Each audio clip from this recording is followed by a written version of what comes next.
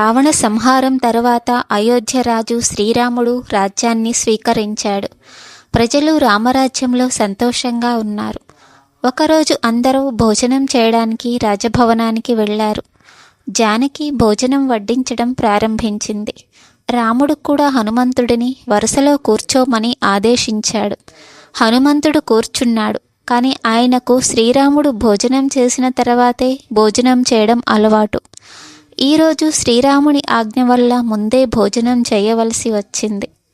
తల్లి జానకి హనుమంతునికి ఆహారం వడ్డిస్తూనే ఉంది. కానీ హనుమంతుని కడుపు నిండలేదు. ఆమె ఎంత వడ్డించినా హనుమంతుని ఆకలి తీరడం లేదు. అందరికీ వండిన వంటలు ఖాళీ అయిపోతున్నాయి. సీత కంగారు పడి ఏం చేయాలి అని రాముడిని అడిగింది. రాముడు నవ్వి ఏం చేయాలో సీతకు చెప్పాడు. సీత ఒక తులసి ఆకుపై రాముని పేరు వ్రాసి హనుమంతునికి భోజనంతో పాటు వడ్డించింది.